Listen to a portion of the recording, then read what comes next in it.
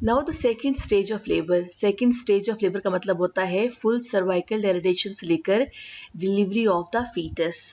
इसका duration important होता है कि देखिए प्राइमरी ग्रेविडा में अगर एवरेज ड्यूरेशन की बात करें तो वो 2 आवर्स होती है, और मल्टी ग्रेविडा में जो एवरेज ड्यूरेशन है फुल सर्वाइकल डायलेटेशन से लेकर डिलीवरी ऑफ द फीटस तक वो 1 आवर होता है। और अब देखिए कि प्राइमरी ग्रेविडा में 2 आवर्स का एवरेज ड्यूरेशन है, लेकिन अगर 2 आवर्स में डिलीवरी नहीं होती तो हम थर्ड आवर में सस्पेक्ट डिले करेंगे, हम कोई इंटरवेंशन करेंगे और बेबी को डिलीवर करेंगे, तो थर्ड आवर में तो डिलीवरी हो ही जानी चाहिए, ठीक है। इसी तरह से मल्टी ग्रेविडा में 1 आवर में डिलीवरी जो है होनी चाहिए, ये एवरेज ड्यूरेशन है, लेकिन अगर डिलीवरी नहीं होती तो जो सेकेंड आवर है, मतलब अगर 1 आवर गुजर गया है तो हम सस्पेक्ट करेंगे डिले, हम इंटरवेंशन करेंगे और बेबी को डिलीवर करेंगे। तो जो मल्टी ग्रेविडा में सेकेंड आवर है वो हम उसमें डायग्नोसिस करेंगे, इंटरवेंशन करेंगे और डिलीवरी करेंगे। लेकिन हम अगर एपिड्यूरल देते हैं तो हम 1 और ऐड कर देंगे, यानी प्राइमरी ग्रेविडा में एवरेज ड्यूरेशन फिर 3 और बन जाएगा, तो मल्टी ग्रेविडा में जो एवरेज ड्यूरेशन है वो 2 आवर्स हो जाएगा, ठीक है।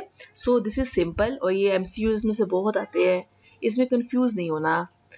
अब देखिए जो सेकेंड स्टेज है उसमें क्या क्या कॉम्प्लिकेशंस हो सकती हैं। सबसे पहले वही वाली बात है 3 P's की, अगर हम बात करें तो पावर में प्रॉब्लम हो सकता है। पावर में क्या मतलब कि यूट्रस की कॉन्ट्रैक्शंस प्रॉपर ना हो, इनएडिक्वेट हो। अगर आपको ये चार्ट आ जाए तो आपको यही कॉम्प्लिकेशंस पता चल जाएंगी।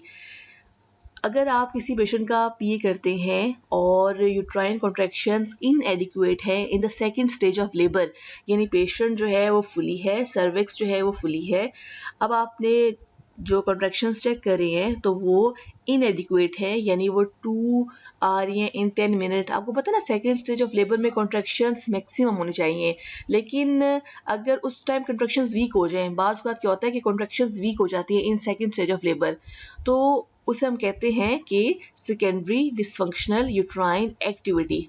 तो this is very easy concept. If uterine contractions are weak in first stage of labor, it is called primary dysfunctional uterine activity. If uterine contractions are weak or inadequate in second stage of labor, it is called secondary dysfunctional uterine activity. Right बाज़ का क्या होता है कि contractions बहुत अच्छी आ रही होती हैं, लेकिन in second stage of labour में यूट्रस जो है वो क्या हो जाता है कि टायर्ड हो जाता है, या मोस्टली एपिड्यूरल देने से यूट्राइन कॉन्ट्रैक्शंस जो होती हैं वो वीक हो जाती हैं।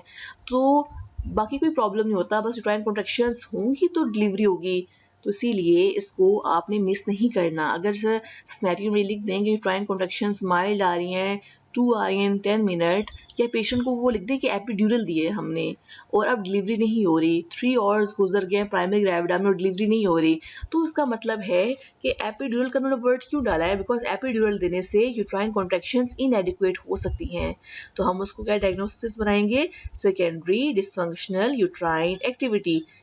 और अगर यही यूट्राइन कॉन्ट्रैक्शंस इनएडिक्वेट हो in first stage of labour, it is called primary dysfunctional uterine activity और प्राइमरी डिसफंक्शनल लेबर, तो एक ही बात है, ठीक है। तो ये बहुत ही इजी है। अब देखिए मैटरनल पावर कब काम आएगी, जब मदर के हाथ में होगा पुश करना बेबी को, और मदर कब पुश कर सकती है बेबी को, जब बेबी स्केल स्पाइन से नीचे होगी। तो अगर ये एमसीक्यू आ जाए कि बेबी का हेड स्केल स्पाइन से नीचे है, वो कैसे लिखेंगे, +1 है, +2 है, +3 है, यूट्राइन कॉन्ट्रैक्शंस एडिक्वेट है, ऑक्सीपुट कहाँ होना चाहिए, ऑक्सीपुट इंटीरियर होना चाहिए, ऑक्सीपुट इंटीरियर है, सब कुछ ठीक चल रहा है, लेकिन बेबी की डिलीवरी नहीं हो रही। प्राइमरी ग्रेविडा पेशेंट है, 2 आवर्स हो गए हैं, मल्टी ग्रेविडा पेशेंट है, 1 आवर हो गया है, ये एपिड्यूरल दिया है और 3 आवर्स हो गए हैं, प्राइमरी ग्रेविडा में 2 आवर्स हो गए हैं, मल्टी ग्रेविडा में और डिलीवरी नहीं हो रही, तो हम कहेंगे कि मदर पुश ही नहीं करी, मैटरनल पावर में प्रॉब्लम है, ठीक है। So it is very easy to diagnose. इसी तरह से पैसेंजर में क्या प्रॉब्लम हो सकता है, पैसेंजर में प्रॉब्लम क्या हो सकता है, फीटस में क्या प्रॉब्लम हो सकता है कि मेल पोजीशन हो सकती है। हम इसका छोटा सा अलग टॉपिक करेंगे, अभी तक आप इसको इतना याद रखें कि मेल पोजीशन में क्या होता है कि ऑक्सीपुट जो होता है वो इंटीरियर के अलावा किसी भी और जगह पर हो। आपको पता है जब एंगेजमेंट होती है ऑक्सीपिटो इंटीरियर होती है या ऑक्सीपिटो ट्रांसफर्स एंगेजमेंट होती है, लेकिन अगर एंगेजमेंट ऑक्सीपिटो पोस्टीरियर हो जाए तो that is an abnormal thing. या स्किल स्पाइन से नीचे आपको पता है कि ऑक्सीपिटो इंटीरियर आ जाना चाहिए इंटरनल रोटेशन के बाद, लेकिन अगर स्किल स्पाइन से नीचे ऑक्सीपिट ट्रांसवर्स हो या ऑक्सीपिटो पोस्टीरियर हो तो that is the malposition. अगर मेल पोजीशन है तो that will be the abnormality, ठीक है, जिसकी वजह से डिले हो सकता है, कैन बी द ऑब्स्ट्रक्शन। तो मेल पोजीशन में क्या हो सकता है कि नॉर्मल डिलीवरी भी हो सकती है फेस टू प्यूब्स, इसके अलावा ऑब्स्ट्रक्शन हो सकती है, प्रोलॉन्ग लेबर हो सकता है, ठीक है। तो हम इसको अलग स्टडी करेंगे, बट अभी इसको आपने ज़हन में रखना है कि किसी भी सिनेरियो में अगर ऑक्सीपिटो पोस्टीरियर लिख दें तो उसका मतलब है कि the problem is in the positioning of the foetus, तो mail position is the problem. इसके अलावा मेल प्रेजेंटेशन भी एक इम्पॉर्टेंट टॉपिक है जिसको हम अलग स्टडी करेंगे, लेकिन यहाँ पर एमसीक्यूज़ के लिहाज से याद करें कि जब हम पीवी करते हैं तो हम वर्टेक्स को फील करते हैं, लेकिन अगर वर्टेक्स के अलावा हमें वर्टेक्स फील ना हो रहा हो, हमें फेस फील हो रहा हो बेबी का, तो हम उसे कहते हैं ये फेस प्रेजेंटेशन है। अगर हमें उसकी फ्रंटल बोन फील हो रही हो पीवी पर तो ये ब्रो प्रेजेंटेशन है। अगर हमें बीबी का बटक्स फील हो रहा हो तो हम कहते हैं it is the breech presentation. अगर हमें शोल्डर फील हो रहा हो तो the shoulder presentation. All these presentations are the malpresentation. इनके फेज डिफरेंट हैं, इनकी मैनेजमेंट क्या है, डिफरेंट है। तो that will be also the abnormality in the second stage of the labour, ठीक है। तो इसीलिए हमने देखना है कि सेकेंड स्टेज ऑफ लेबर में अगर डिलीवरी नहीं हो रही, प्रोलॉन्ग लेबर हो रहा है, ऑब्स्ट्रक्टेड लेबर हो रहा है, कोई प्रॉब्लम आ रही है, तो क्या प्रॉब्लम हो सकती है। हमने ऑक्सीपिट का भी गौर करना है कि वो कहाँ पर है। अगर वर्टेक्स प्रेजेंटेशन है और अगर प्रेजेंटेशन को भी देखना है कि प्रेजेंटेशन कौन सी है, ठीक है, पावर को देखना है, मैटरनल पावर को देखना है, ठीक है, हर चीज़ को हमने देखना है टू मेक द डायग्नोसिस। अगर किसी भी सिनेरियो में लिखा हो कि वर्टेक्स प्रेजेंटेशन है, ऑक्सीपिट इंटीरियर है, पावर बिल्कुल ठीक है, यूट्राइन मदर से ही पुश कर रही है, लेकिन फिर भी डिलीवरी नहीं हो रही, तो देखें कि जी कोई पेरिडियम रेजिस्टेंट तो नहीं है, इलास्टिक टिश्यूज कहीं डेंस तो नहीं है, तंग जगह तो नहीं है, आउटलेट बहुत नैरो तो नहीं है, क्योंकि प्राइमरी ग्रेविडा का होना is not the indication for episiotomy. Episiotomy हम किसी न किसी वजह से करेंगे, मतलब अगर रेजिस्टेंट पेरिनियम हो तो हम कर सकते हैं, बिकॉज एपिजोटमी का मकसद ये होता है कि हमने आउटलेट को बड़ा करना होता है, तो तब हम एपी देंगे, वरना ऐसा नहीं कि फर्स्ट टाइम डिलीवरी है तो हम एपी दे दें। तो आपने देखना है कि कहीं वो रेजिस्टेंट पेरिनियम तो नहीं है, हो सकता है कि सब कुछ ठीक हो लेकिन ऑप्शन में रेजिस्टेंट पेरिनियम लिखा हो और यही उसका आंसर बनता है। क्यों? क्योंकि अगर वर्टेक्स प्रेजेंटेशन है और पोजीशन ऑक्सीपिटो इंटीरियर है, पावर 4 से 5 पर 10 मिनट है, मैटरनल पावर ठीक है, तो फिर तो इसकी रीज़न यही बनती है कि डिलीवरी क्यों नहीं हो रही, that is a resistant perineum. और लिख दें कि जी जो उसके टिश्यूज़ हैं वो बहुत टाइट हैं और आउटलेट जो है वो नैरो है, ठीक है। सो यही चार्ट जो है ये सेकंड स्टेज ऑफ लेबर की एबनॉर्मलिटीज़ में आपको काम आएगा।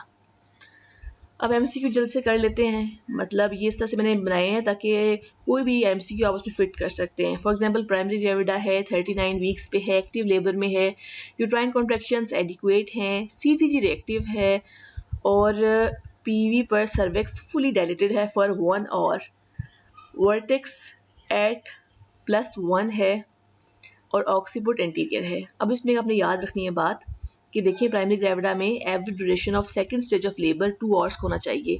अभी 1 घंटा गुजरा है तो आप 1 घंटा और क्या कर सकते हैं, आप वेट कर सकते हैं, यही ऑप्शंस में आंसर होगा, ठीक है। तो वेट फॉर अनदर 1 आवर। और देखिए एक और इम्पोर्टेंट चीज़ क्या है कि नॉर्मल लेबर चल रहा है, कैसे पता चलेगा, सीटीजी रिएक्टिव होगी, यूट्राइन कॉन्ट्रैक्शंस एडिक्वेट होंगी, वर्टेक्स इसका मतलब है कि ये प्रेजेंटेशन नॉर्मल है, the part of the fetus that lies directly over the maternal pelvis, उससे हम कहते हैं कि प्रेजेंटेशन। तो क्या हमें पहले फील होना चाहिए, तो हमें क्या पहले फील होना चाहिए, हमें पहले वर्टेक्स फील होना चाहिए।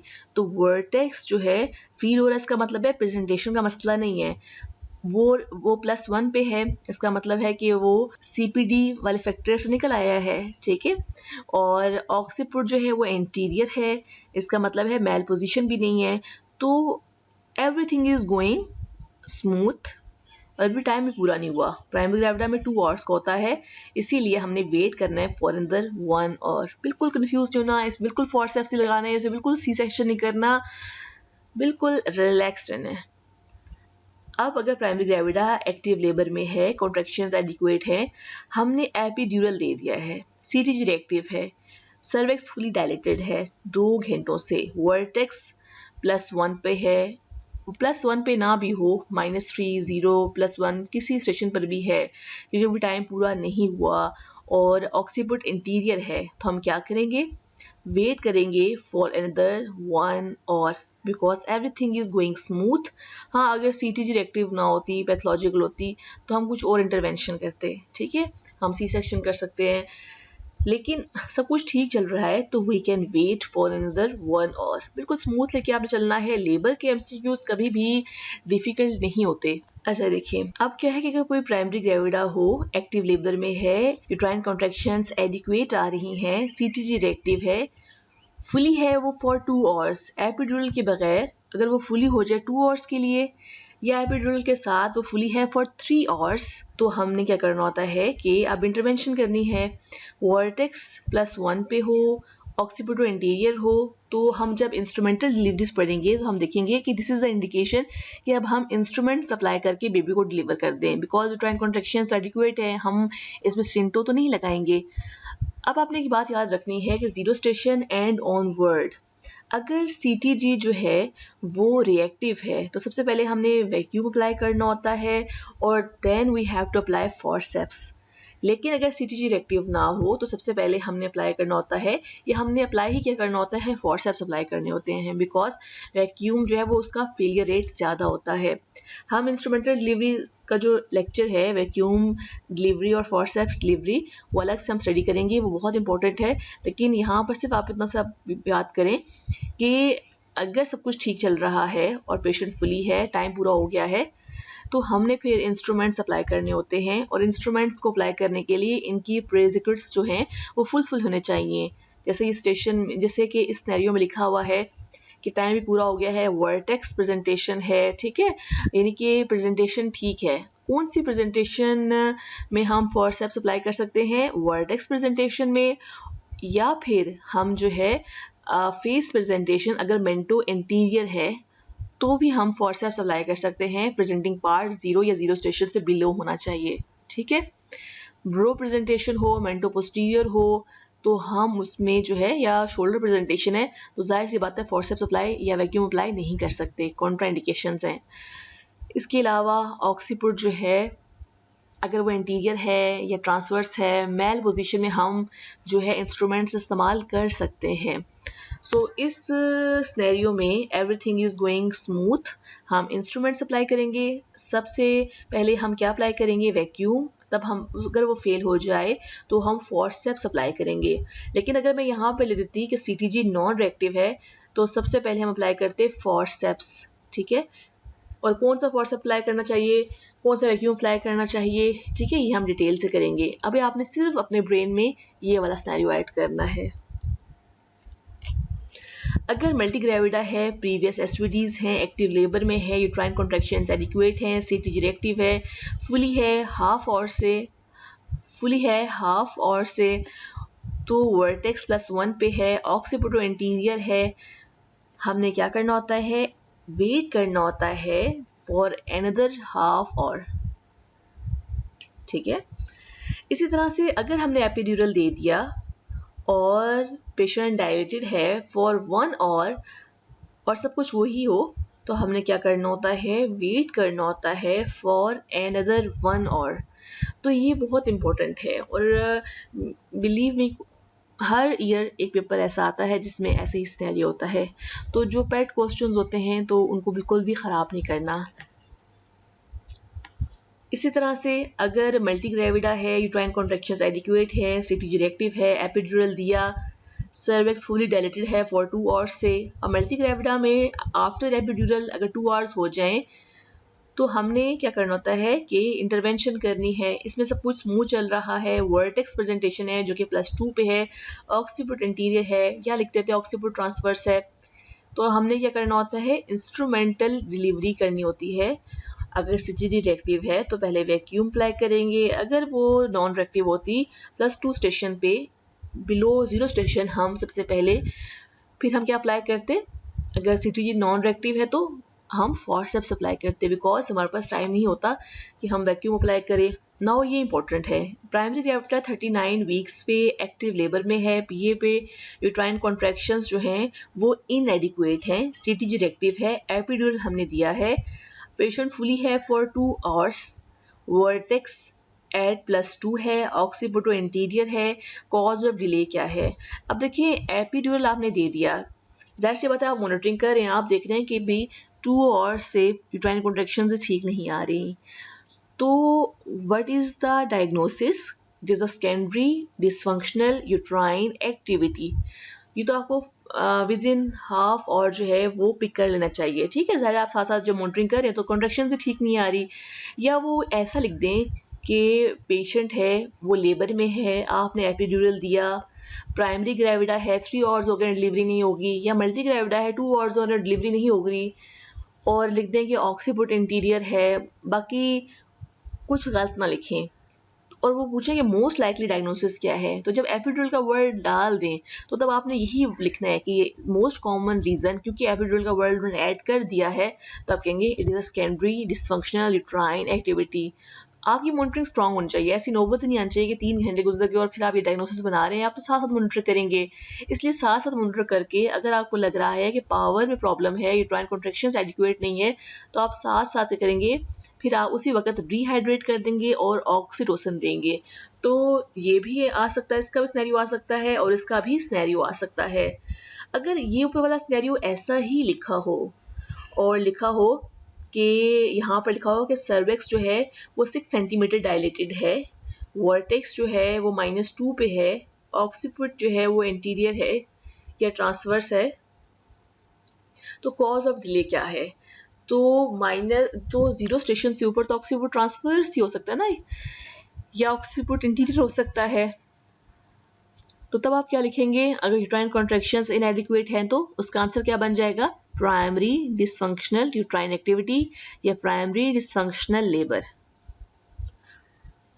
उसमें हमने क्या करना होता है, हमने ARM करना होता है और हमने साथ में ऑक्सीटोसिन देना होता है, जिसका मैंने प्रोटोकॉल बताया था कि after 2 hours of ARM we will give oxytocin, और ऑगमेंटेशन के बाद अगर 4 से 6 घंटे के बाद भी प्रॉपर जो है वो लेबर स्टार्ट नहीं हुआ, कॉन्ट्रैक्शन एडिक्वेट नहीं है, प्रोग्रेस नहीं हो रही, then it is the indication for the C section. अगर कोई MCQ आए कि मल्टी ग्रेविडा है, एक्टिव लेबर में है, यूट्राइन कॉन्ट्रैक्शंस एडिक्वेट है, CTG रिएक्टिव है, सर्वेक्स फुली डायलेटेड है फॉर 1 आवर, ठीक है, वर्टेक्स एट +2 है, ऑक्सीपिट इंटीरियर है, तो आप देखिए मल्टी ग्रेविडा के लिए हम 1 आवर का वेट करते हैं, प्राइमरी ग्रेविडा में 2 आवर का, एपिड्यूरल दें तो 1 आवर ऐड कर लेते हैं। अब इसमें की पॉइंट है क्या कि अब उन्होंने पूछा कि कॉज ऑफ डिले क्या है, और मदर जो है वो एग्जॉस्टेड है, यूट्राइन कॉन्ट्रैक्शंस ठीक है, वर्टेक्स प्रेजेंटेशन है, ऑक्सीपिट इंटीरियर है, सब कुछ ठीक चल रहा है, तो अब क्या प्रॉब्लम हो सकता है? वर्टेक्स +2 का मतलब क्या होता है कि जब भी 0 स्टेशन से फिटल हेड होगा तो आपने याद रखना है कि मैटरनल अर्ज टू पुश होगी। अगर यही लिख देते कि वर्टेक्स एट -3 है तो मैटरनल अर्ज टू पुश नहीं हो सकती। क्यों? 0 स्टेशन के नीचे की फेज को हम बोलते हैं पेरिनियल फेज। उस टाइम पेशेंट को फील होता है कि वो उसने पुश करना है, तो मैटरनल पावर या मैटरनल अर्ज टू पुश की हम डायग्नोसिस बना सकते हैं। तो आपने क्या डायग्नोसिस बनानी है कि what is the cause of delay?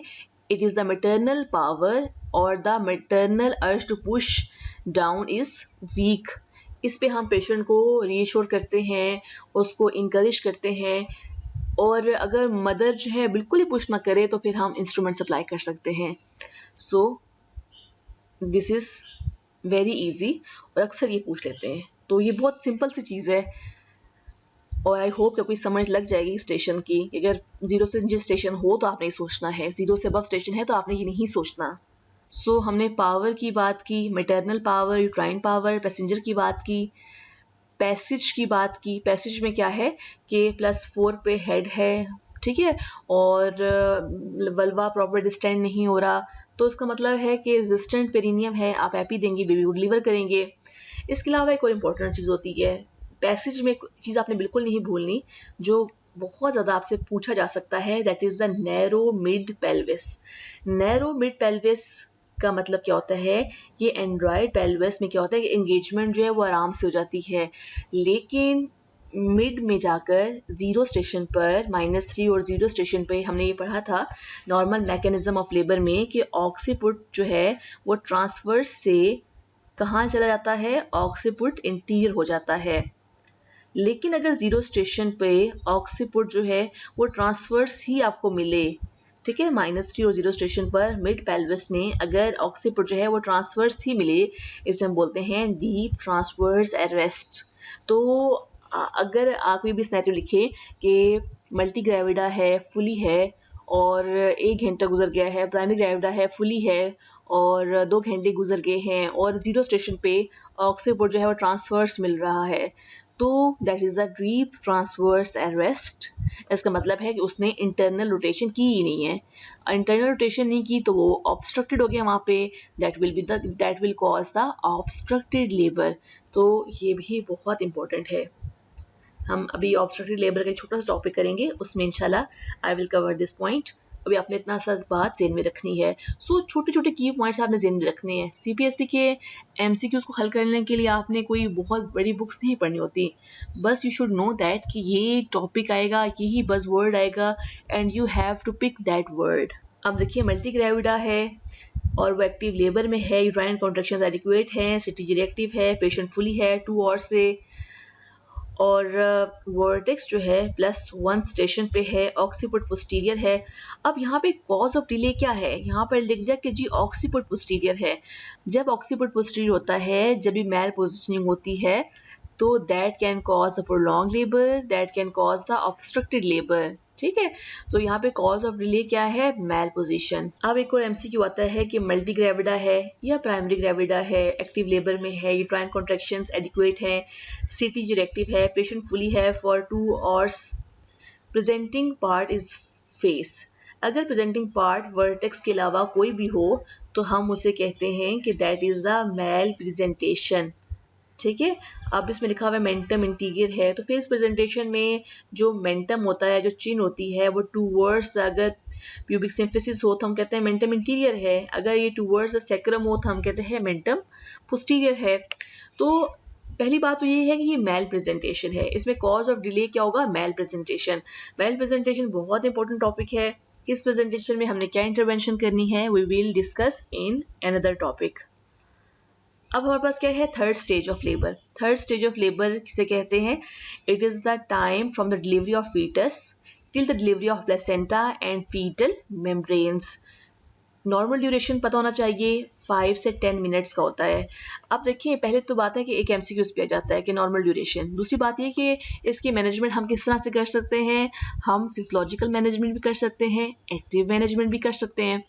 तो अगर हम इसको कब लेबल करेंगे कि ये डिले है in the third stage of labour, या हम कब इसको लेबल करेंगे कि रिटेन प्लेसेंटा हो गया है, क्योंकि थर्ड स्टेज ऑफ लेबर में हमने प्लेसेंटा डिलीवर करना होता है।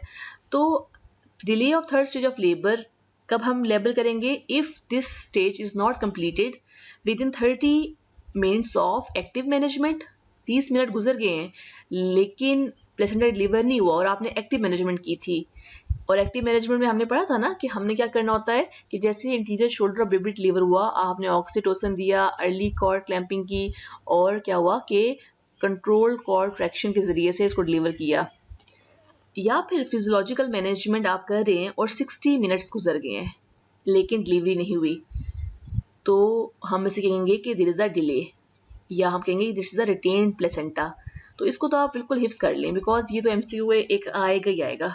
नाउ इसको अपने के साथ तैयार करना है कि अगर third stage of labour with in 30 minutes of active management ना हो, व्हाट टू डू नेक्स्ट, क्योंकि 30 मिनट्स के बाद इसका मतलब है रिटेन प्लेसेंटा है। रिटेन प्लेसेंटा को आप कैसे डिलीवर करते हैं, मैनुअल रिमूवल ऑफ प्लेसेंटा के जरिए। और आपने मैनुअल रिमूवल ऑफ प्लेसेंटा कहाँ करना है, ओटी में।